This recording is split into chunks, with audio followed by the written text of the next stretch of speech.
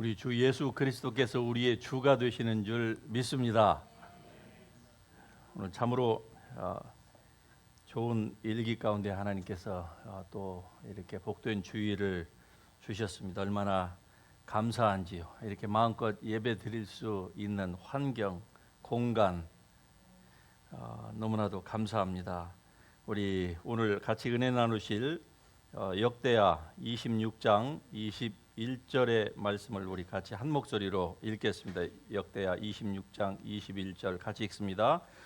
우시야 왕이 죽는 날까지 나병 환자가 되었고 나병 환자가 되매 여호와의 전에서 끊어져 별궁에 살았으므로 그의 아들 요담이 왕궁을 관리하며 백성을 다스렸더라. 아멘. 제 볼륨을 약간만 좀 올려주십시오. 예, 자리에 앉으시기 바랍니다.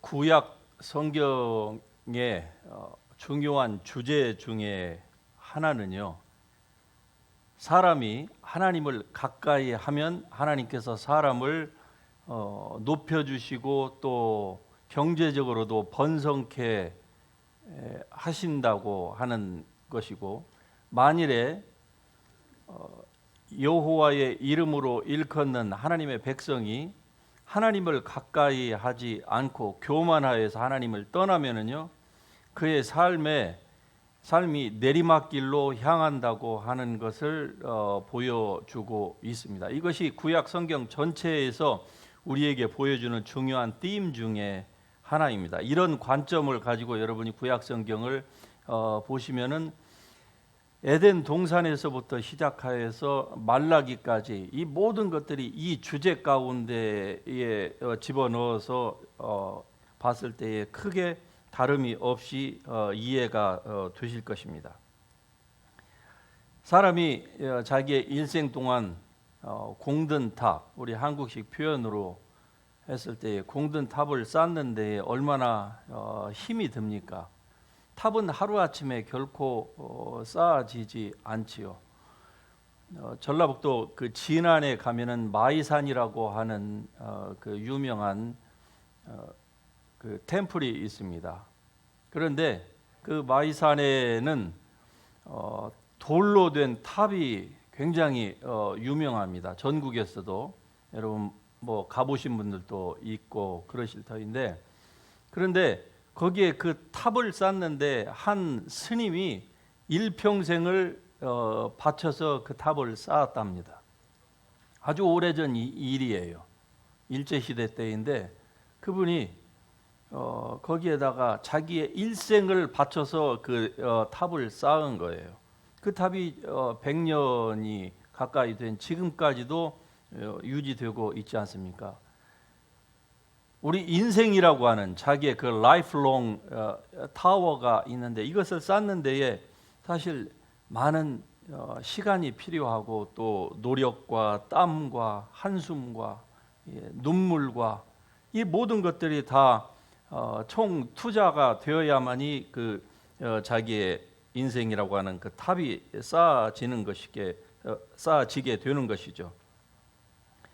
그런데 이 탑을 허무는 데에는요, 너무나도 쉽습니다. 무엇이든지 쌓는 것이 힘들지 이걸 무너뜨리는 데에는 하루면은 충분합니다. 아니, 오늘 본문의 이 말씀 가운데에서 보면은 단 한 번의 사건으로 일평생 쌓아놓은 이 우시야 왕이라고 하는 그 왕의 모든 치적, 그리고 자기의 삶에서 하나님을 향하였던 그 열심, 이 모든 것들이 단 한 방에 그냥 무너졌습니다.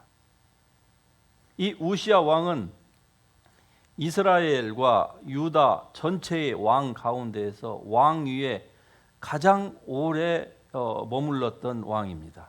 즉 52년 동안 왕자에 있었어요. 초대 사울왕, 다윗왕, 솔로몬 왕은 각각 40년씩 있었습니다. 그런데 이 우시야는 52년이에요.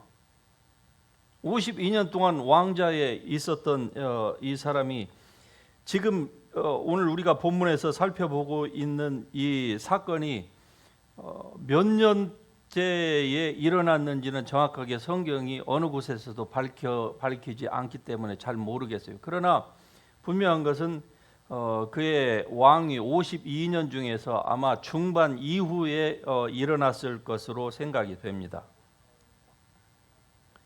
그는 16세의 왕이 되었어요. 그래서 52년, 그러니까 67세에 죽을 때까지 이 우시야 왕은 왕좌에 있었는데, 그 기간 동안에 특별히 처음에 우시야 왕이 되었을 때는 하나님을 향한 열심이 아주 특출났습니다.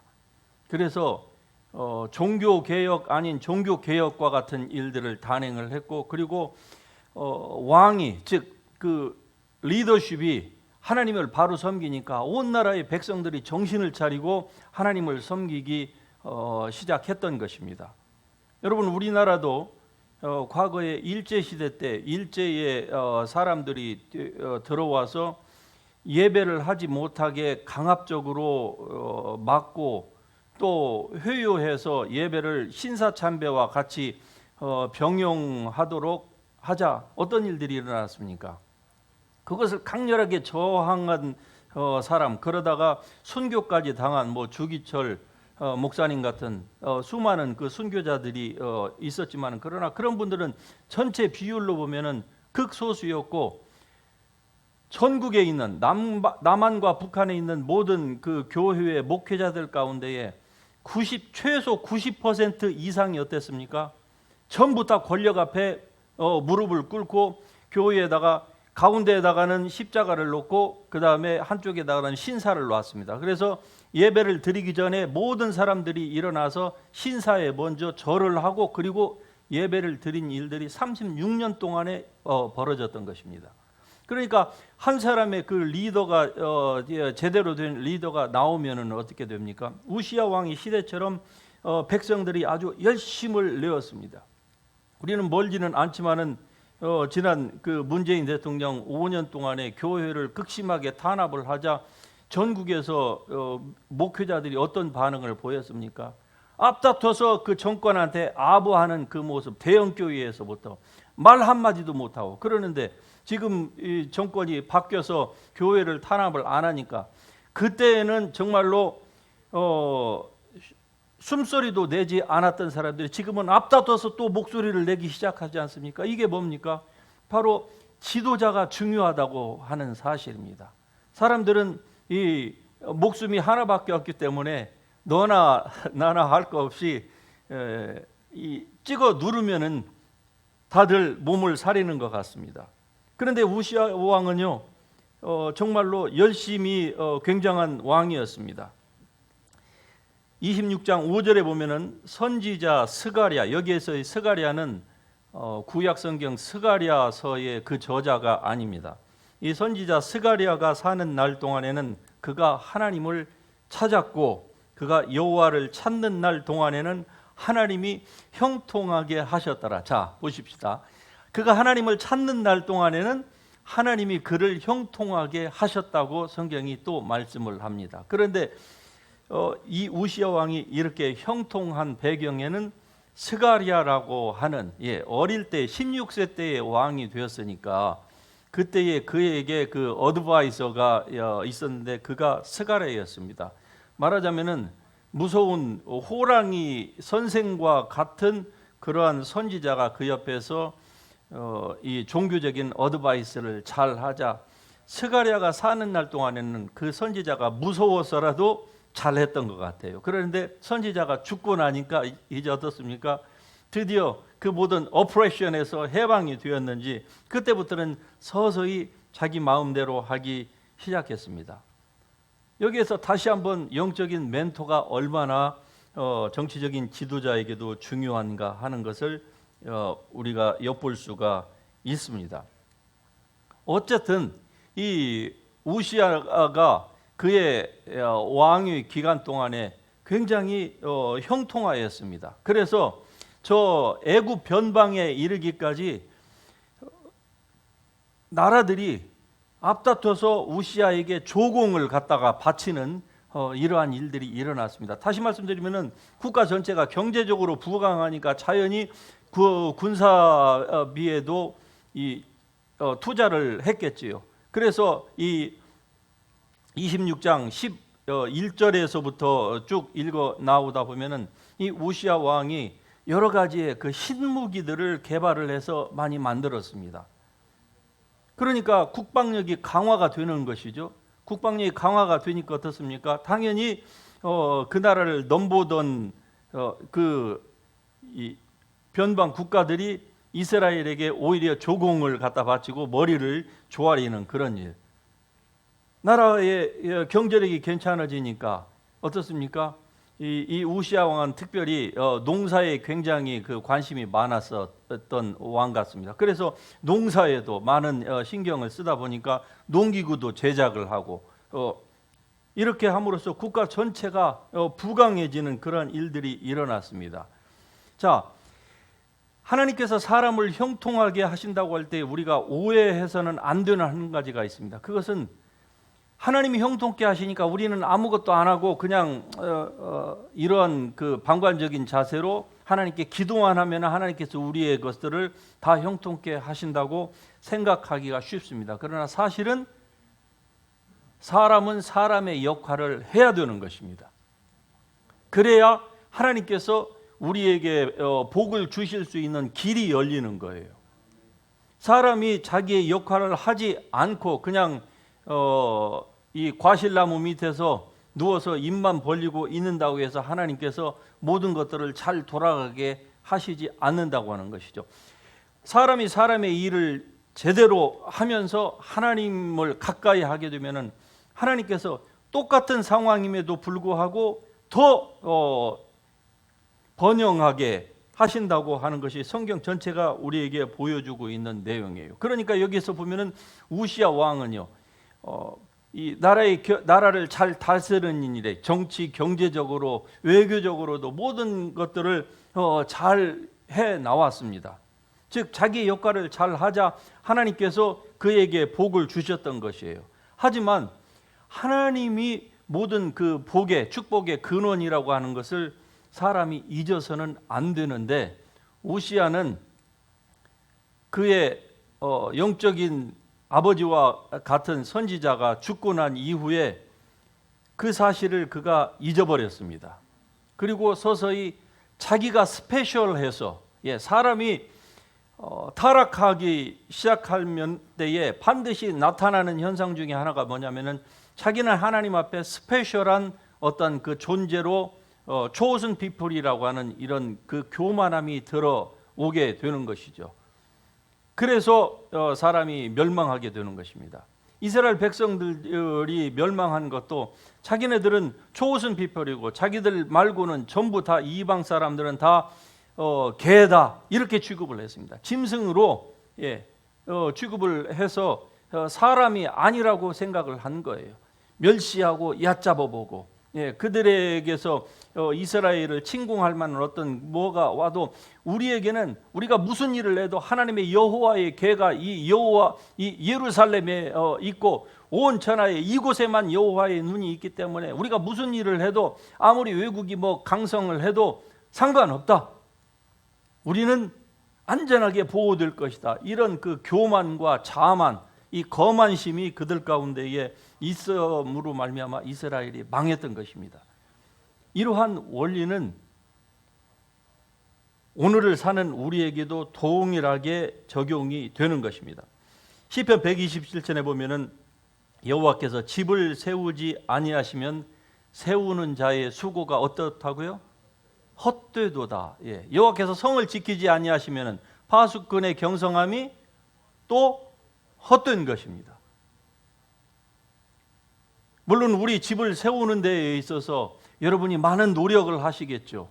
그러나 하나님을 가까이 하지 아니하면은요, 즉 하나님께서 여러분의 수고한 아침에 일찍 일어나고 저녁에 늦게 눕는 그 수고에 여호와께서 복을 주시지 아니하시면은요, 우리의 수고하는 모든 수고가 다 헛될 밖에 없는 것입니다. 그래서 하나님을 가까이 하실 수 있기를 주의 이름으로 축복합니다. 환경이 어떠할지라도 여러분의 느낌이 어떻게 반응이 된다 할지라도 여러분 하나님을 절대적으로 가까이 할 수 있기를 바랍니다. 조금 경제적으로 여유 있다고 해서 그 경제적인 여유롭게 된 그 상황을 가지고 그때부터는 이제 시간이 나니까 하나님을 멀리하고 서서히 자기 육체의 즐거움을 위하여서 자기에게만 투자하는 이러한 어리석음을 우리는 절대로 다시는 해서는 안 될 줄로 압니다. 하나님께서 가까이 해주지 아니하시면은요 모든 것들이 다 헛될 따름입니다. 어느 성도가 염전 사업을 하였는데 굉장히 어려운 가운데서 다시 일어나서 염전의 큰 사업을 했습니다. 그런데 하나님이 복 주셔서 그 염전을 그렇게 다시 잃어버렸던 염전을 찾고 또 생산량도 늘어나고 이랬는데 자기의 경험으로 보니까 그 자기의 그 염전 그 팜 주위에다가 돌로 이 담을 펜스를 쌓아야 된다고 하는 것을 알았어요.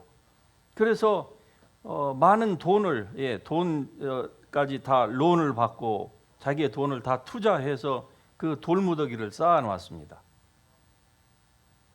그럼 다 짓고 난 다음에 이 성도의 마음 가운데 이 돌을 쌓았으니까 이제는 어떠한 그 파도가 오고 태풍이 불어도 내 염전만큼은 안전하다 그렇게 생각을 했습니다. 그런데 어느 날 예배를 드리는데 갑자기 염전에서 급한 연락이 온 거예요. 가서 보니까 갑자기 돌풍이 불었는데 그 담을 넘어가지고 물이 전부 다 그 안으로 들어와서 그 해의 농사를 다 망쳐버렸습니다.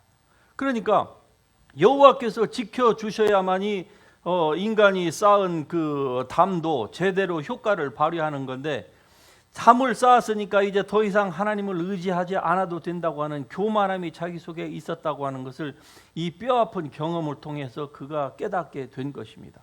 물이 넘침으로 말미암아 그 염전이 다 이렇게 망가졌다고 하는 것을 그가 그때야 알게 된 것이죠.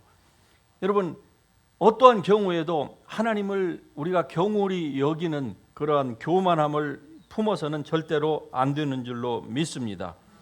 우시아는 자기를 형통케 하신 분이 바로 하나님이라고 하는 사실을 그가 잊어버렸기 때문에 교만에 빠지게 된 것이에요. 교만은 패망의 선봉이라고 말씀합니다. 교만하면 반드시 패망이 찾아오게 되는데 이 우시아가 이러한 사실을 잠깐 잊어버렸던 것 같아요. 거만한 마음은 결국 넘어지는 그 앞잡이라고 하는 사실을 잃어버렸습니다. 그래서 자기는 스페셜하다고 생각을 한 거예요. 그래서 결국 그가 어떤 일을 했습니까? 결국 그가 강성하여져서 모든 것들이 잘 돌아가자 그의 마음이 교만하여서 성경에 보면은 그가 악을 행하였다 이렇게 얘기합니다. 어떤 악입니까? 그의 하나님 여호와께 범죄하는데 곧 여호와의 성전에 들어가서 향단에 분향하려고 했습니다. 사실 왕이라고 할지라도 하나님께 제사하는 그 일은 허락된 적이 없습니다. 왜냐하면 하나님은요 한 사람이 아무리 뛰어나다 할지라도 그 한 사람에게 모든 것들을 하나님은 다 맡기신 적이 없습니다. 왕이 있고 제사장이 있고 그리고 선지자를 하나님께서 따로 세워 주셨어요. 각각의 역할이 다 다른 거예요. 교회 안에서 여러분과 제가 모든 것들을 다 할 수 있는 것 같아도 물론 사람 사이에 옛날처럼 어떤 그 계급은 없죠. 하지만 하나님께서 왜 교회에 목사와 교사와 가르치는 자와 이러한 장로, 집사들 이런 직분을 왜 주셨습니까? 누가 잘났고 못나서가 아닙니다. 그것은 교회가 돌아가는 데 있어서 즉 하나님의 나라가 돌아가는 데 있어서 질서가 필요하기 때문에 목사를 세우시고 또 장로를 세우시고 집사를 세우시고 교사와 함께 이 모든 사람들이 다 서로 협력하여서 자기의 맡은 그 자리에서 자기의 일들을 잘 감당하여서 하나님의 뜻을 이루도록 하신 것입니다. 그런데 우시야는 이것을 망각했어요. 교만함이 자기 속에 들어온 것이죠. 왕이니까 또 하나님께서 자기에게 복을 주셨으니까 자기가 이제는 무엇을 해도 괜찮다라고 생각을 했던 것 같아요. 그런데 여러분, 이 본문 가운데에서 우시야가 하나님의 그 전에서 다른 이방 신에게 제사하려고 했던 것이 아닙니다. 그는 하나님의 성전에서 하나님을 예배하려고 했던 거예요. 단지 제사장이 했던 것을 이제는 자기가 대신 제사의 일까지도 하려고 그가 했던 것이죠. 그러므로 말미암아서 그에게 어떤 일들이 일어났습니까? 우리 본문에 있는 것처럼 이 우시야에게 문둥병이 생겼습니다. 문둥병은 구약에서 가장 대표적인 하나님의 저주입니다. 그래서 문둥병이 발생한 사람은 다른 사람과 건강한 사람과 같이 있을 수가 없는 거예요. 그래서 집안에서 쫓겨날 뿐만이 아니라 그 마을 공동체에서도 쫓겨나서 멀리 문둥병자만 있는 곳에서 따로 그들만 사는 거예요. 그럴 수밖에 없는 겁니다. 왜? 저주받은 사람이니까.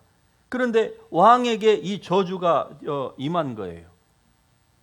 오늘날 우리가 하나님의 말을 듣지 않으면은 이 우시야 왕에게 일어났던 이런 저주의 질병들이 우리 가운데에 하나님께서 우리를 치신다고 하는 그러한 의미는 아닙니다. 더 이상 신약이 사는 우리에게 있어서 예수 그리스도께서 우리를 위하여 저주를 받은 바 되셨기 때문에 이 율법에 기록된 모든 질병의 저주, 문둥병을 포함한 이런 저주가 우리에게는 더 이상 임하지 않는 것입니다. 그러나 그 말이 우리가 무엇을 해도, 즉 우시야처럼 교만하여서 하나님을 잊어버리고 자기의 자리를 지키지 아니하고 모든 것들을 자기가 다 하려고 하는 이러한 교만함을 부려도 우리가 괜찮다, 아무 일도 일어나지 않는다라고 하는 의미는 아니라고 하는 사실을 우리가 다시 한번 깨달아야 할 줄로 믿습니다.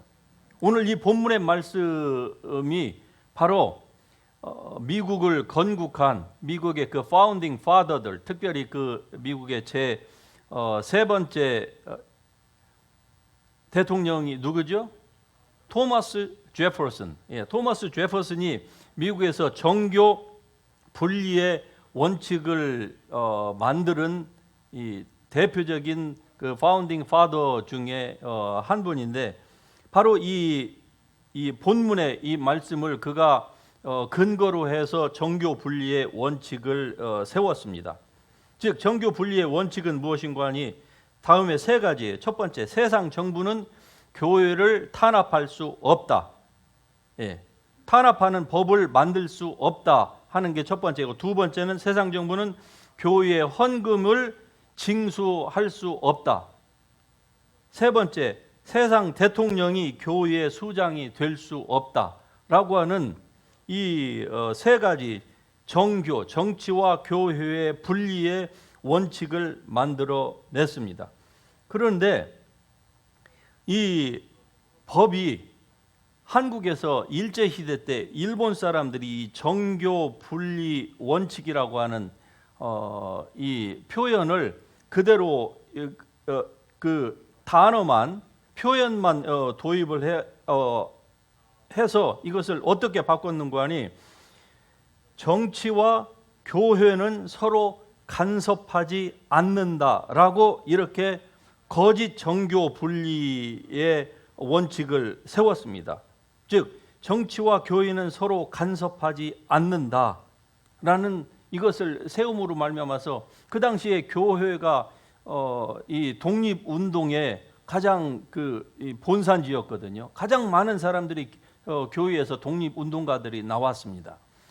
여러분과 제가 알고 있는 유명한 그 정치 그 독립 운동가들, 이승만 박사로부터 시작해가지고 뭐 김구, 도산 안창호, 단재 신채호 뭐 이런 유명한 분들이 있죠. 심지어는 그 여운형 씨까지 전부 다 기독교인이었습니다. 그렇기 때문에 이 교회에서의 이러한 그 독립운동의 싹을 자르기 위하여서 정치와 교회는 서로 간섭하지 않는다라고 하는 이 거짓 정교 분리의 원칙을 주입시킨 결과 교회가 그걸 그대로 받아들였어요. 그런데 이것을 바꾼 사람이 있습니다. 이승만 대통령이 이 대통령의 초대 대통령으로 취임한 이후에 이것이 잘못됐다고 하는 것을 그분이 알고, 그리고 이 정치에 목사와 장로들이 정치에 참여할 수 있도록 길을 열어놓은 거예요. 일제가 가르친 것은 우리가 속은 것이다. 그러므로 기독교인들도 능력이 있으면 정치에 참여할 수 있다 해서 이 이승만 대통령이 집권했던 시절에는 전체 정치인의 한국 그 팔로티션의 over 80%가 기독교인이었던 것입니다. 그런데 이것이 시간이 지나면서 즉 이승만 대통령이 정치는 교회와 분리된다. 이게 초대 재헌 헌법에 명시한 바예요. 국회의원들이 다 동의를 해서 이 헌법에 정치는 교회와 분리된다. 이렇게 이것을 만들어 놨는데 나중에 시간이 지나면서 이승만 대통령의 그 정신이 사라지면서 이것이 어떻게 바뀌었느냐? 정치와 교회는 분리된다. 이렇게 이걸 바꿔놨습니다. 보세요. 정치는 교회와 분리된다. 정치는을 정치와 교회는 분리된다로 바꿨습니다. 중간에 그 조사 하나가 바뀌었을 뿐인데 이게 엄청난 차이를 불러 일으키게 된 것이죠. 그래서 이 변질됨으로 말미암아 어떻게 됐습니까? 군사 정권 시절에 교회에서 이 정치가들에게 잘못된 말을 지적하게 됐을 때에 이 교회와 정치는 분리된다고 했는데 왜 참여를 하느냐? 지난번에 문재인 대통령 때도 왜 교회가 참여를 하느냐? 그것을 누가 얘기하는 거 아니? 교회에서 교회의 지도자들이 앞다퉈서 얘기를 한 거예요. 그러니까 잘 모르는 일반 교인들은 우리 목사님들이 저렇게 얘기하는 거 보니까 저 말이 맞구나. 왜 교인들이, 왜 목사가 정치에 대해서 왈가불가하느냐? 저건 잘못된 것이다. 즉 세상이 주입한 논리를 교회가 교육이 잘못됨으로 무지함으로 말미암아 그대로 받아들여서 얼마나 교회가 피해를 입었습니까? 바로 이런 우시아 왕과 같은 이러한 사람이 일어날 가능성이 있기 때문에 토마스 제퍼슨이 이런 교회와 정치의 분리를 주장을 하고 그런 원칙을 세웠던 것입니다. 우시아는 다른 신이 아닌 하나님께 그가 제사를 드리려 하였지만은 넘지 말아야 될 선을 그가 넘은 것입니다. 자기의 자리를 지켜야 함에도 불구하고 그 자리를 지키지 못했어요. 그래서 16세 때에 어린 나이에 왕이 됐으니까 얼마나 두렵고 떨리겠습니까? 미소년이 왕으로 등극을 했을 때에 여러분 우리가 상상해봐도 충분히 알 수 있을 거 아니겠습니까? 그래서 그는 여호와 하나님만을 붙들었습니다. 그 결과 나라가 정치가 안정이 되고 점점 부강해지면서 이제 다른 나라들을 복속시키는 이런 데까지 이르렀을 때에 그의 교만이 싹텄던 것입니다. 여러분 교만은 결국 우리를 망하게 만듭니다.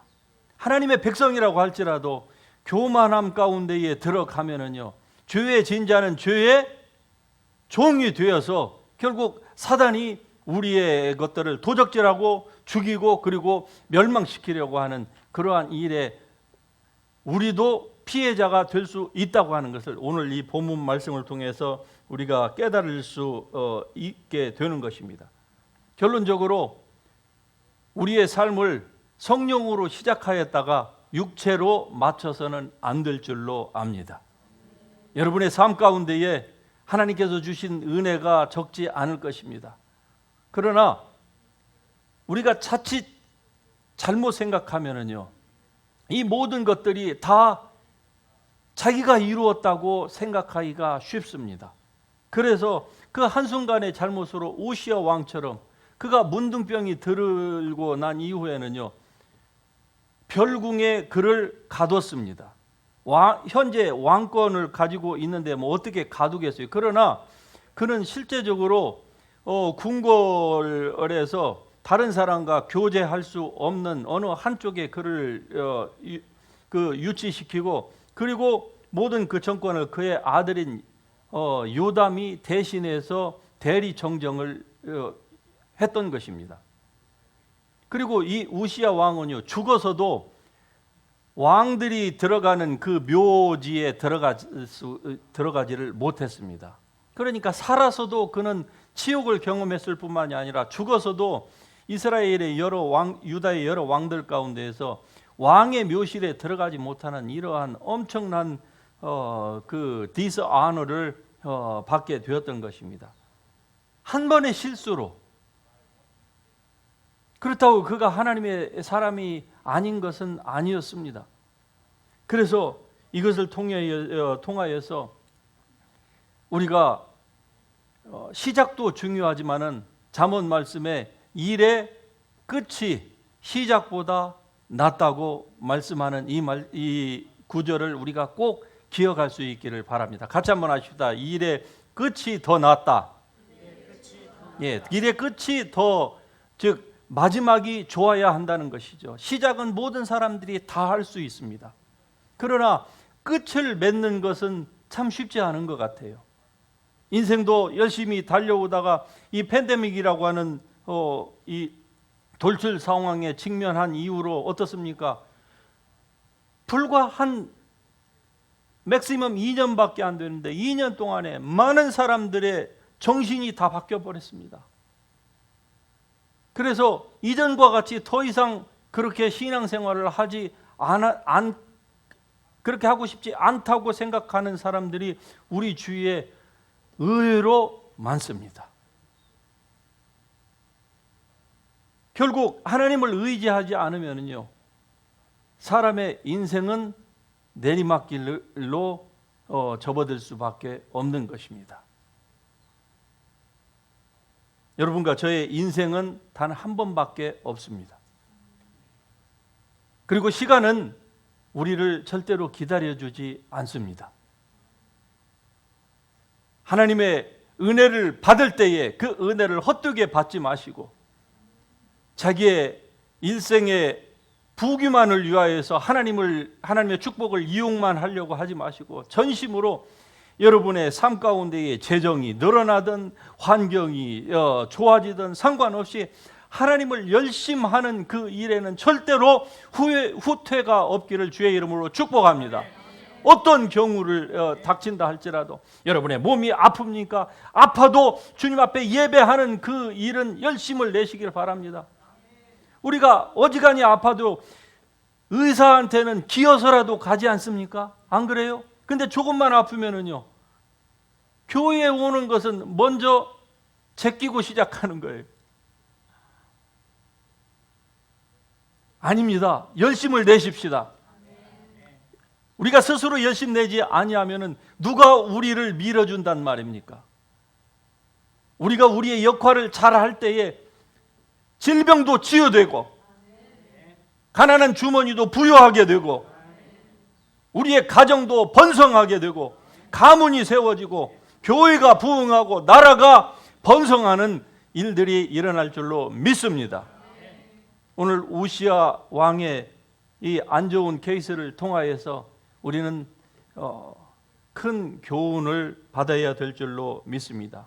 절대로 교만하지 말고 재물이 늘어도 거기에 마음을 빼앗기지 말고 오직 여호와, 오직 주 예수 그리스도, 주님이 나의 건강의 근원이시고 나의 물질의 근원이시고 내 삶에 유지하는 그 리얼 소스라고 하는 그 사실을 우리가 절대로 놓쳐서는 안 될 줄로 믿습니다. 우리 같이 일어나셔서 오늘 살펴봤던 이 말씀을 생각하면서 하나님의 은혜를 같이 노래하십시다.